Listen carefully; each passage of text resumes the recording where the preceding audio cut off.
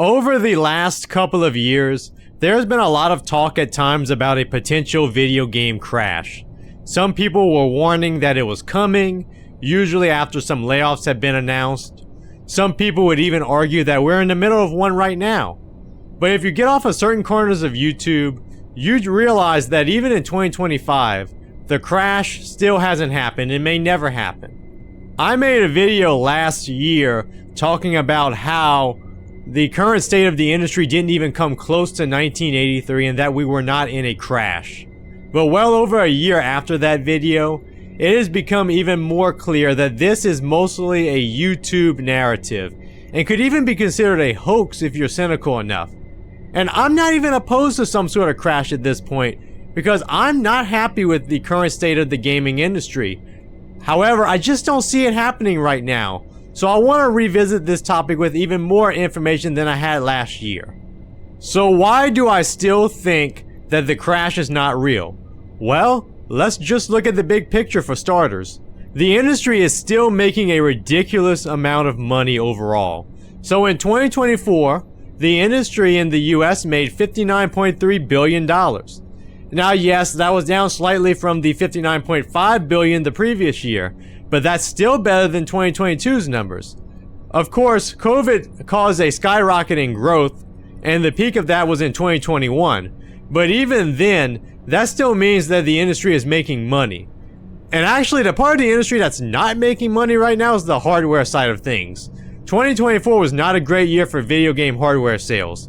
Consoles might have a dicier future for sure, especially Microsoft and their Xbox consoles.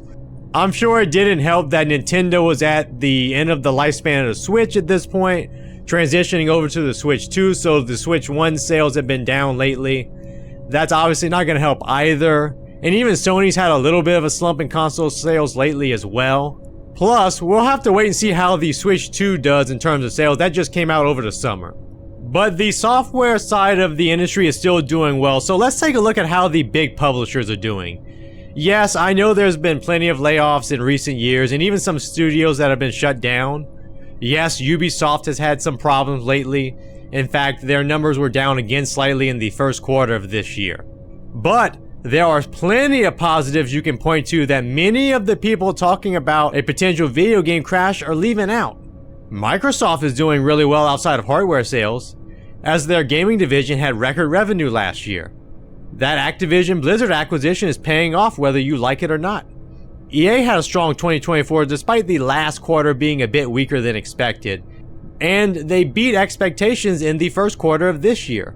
Capcom had a strong 2024-2025 fiscal year, as they also saw an increase in profits. Just to give you another example of a big publisher doing well, that was after a record-setting 2023-2024. Did you know that Konami had a strong fiscal year last year? Their profits were up over 20% and they attribute this to the new Silent Hill 2 remake. If you look at PC gaming, Steam had a record year in 2024. That being said, it's not entirely clear which games brought in which share of the revenue because Valve keeps some of those numbers to themselves from what I could gather. But even the Epic Games Store grew in users and in profits. But Fortnite is probably the biggest driving factor behind that. Unfortunately, Good Old Games isn't doing as well, barely posting a profit for 2024. But they seem to live and die by their parent company CD Projekt, and that company has been fairly quiet lately. Remember the Embracer Group? They've been the biggest failure in AAA gaming lately, making up a disproportionate amount of the layoffs in the industry. But even they haven't fallen apart just yet because they've been restructuring. They've decided to split the company up into 3 different entities and dump the debt onto the one that's the most profitable. Gotta love corporations, right? But in all seriousness, that restructuring as well as selling off some of their assets should give them a new lease on life. I could probably give more examples of companies doing fine, like PlayStation doing okay despite their recent struggles in the games as a service realm. But at this point, the reality is pretty clear.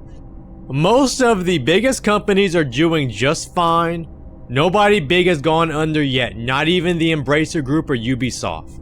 Another thing that debunks the whole video game crash narrative of the last couple of years is the fact that gamers are still playing the same kinds of games that they've been playing for a while now. AAA gaming is still popular among mainstream gamers, it's true. Just take a look at the top 10 best-selling games of 2024 in the US. What's number 1? Call of Duty Black Ops 6. And that's not even the only Call of Duty game in the top 10. Sports games are still huge, with NBA 2K25 and College Football 25 leading the way, but Madden and EA Sports FC also made it into the top 10. The only things that hardcore gamers can really tout on this list are Elden Ring and Helldivers 2, but even the casuals play those games too. This list just screams out casual gaming, and I'm not even saying that to knock these games necessarily. I'm saying that because it does not scream out a video game crash at all, in any way, shape, or form. There's no way that mainstream gamers are fed up with the status quo yet, just judging from that list. And honestly, if you look at the next 10 games down, from 11 to 20, there's nothing on there that's surprising either. Even the fact that Minecraft is still in the top 20 best-selling games after all these years is not that surprising. But it is a testament to the staying power of the best-selling game of all time. But the top 20 overall pretty much tells us that mainstream gamers still like their big-name franchises, sports games, shooters, RPGs, remakes, and open-world games. That's not a recipe for a major shift in the industry. Those are still the same kinds of games that people have been playing for many years now. If you look back to 1983 though, a lot of people had legitimately given up on gaming for a variety of reasons, so sales were in the toilet. That's not happening here either. To me, this is the biggest indicator of not being in a crash. Now, if you're stuck in an online echo chamber, that might be a bit difficult to see, but all you have to do is interact with your average gamer, and you'll quickly realize that gamers love the same types of games today that they loved years ago. Not much has changed, like I said earlier. Talk to a relative, a coworker, or one of your more normie friends, and you'll probably hear the same big name games that I mentioned earlier. Even if the mainstream started all of a sudden rejecting Call of Duty, EA Sports games, and open world games, for example, which won't happen anyway, I don't see that happening anytime soon, I don't think these people would necessarily stop playing video games at this point. I think a lot of them would find something else and new trends would begin. Probably led by most of the same big name publishers that are still making a lot of money. Now at this point you might be wondering why this even matters in the first place. Well, it's very simple. Don't get stuck in an online echo chamber. This was a big theme in my last video about self-brainwashed video game fanboys. A lot of YouTubers managed to convince a lot of their audience that the sky was falling on top of the modern gaming industry because some bigger companies decided to make cuts for various different reasons. There was truth to the layoffs being a thing, obviously. Some people lost their jobs, which sucks. And yes, overall revenue was down ever so slightly in 2024. But there's nowhere near enough information out there currently to suggest that a serious crash is currently happening. And that's not even getting into factors like the recent inflation issues a lot of countries have suffered from, forcing consumers to prioritize bare necessities over video games. But yet even today, some YouTubers out there are still pushing that same tired narrative. Maybe it's to get the ad money, or maybe they really believe in this narrative. But at the same time, they're ignoring basic realities that are all around us, and they're very easy to see if you just get off of YouTube for a little bit. Also, the video game industry in the past has been very fortunate since the video game crash in 1983. The industry has not had any major hardships at all since the early 80s. Even during the Great Recession, gaming just kept on growing. So now that there are some minor hiccups with the layoffs and rising development costs, and maybe tariffs being a thing now that might be a big hardship as well, people are prone to overreact a bit without realizing that this happens to other industries and that the video game industry is not necessarily immune to these things either.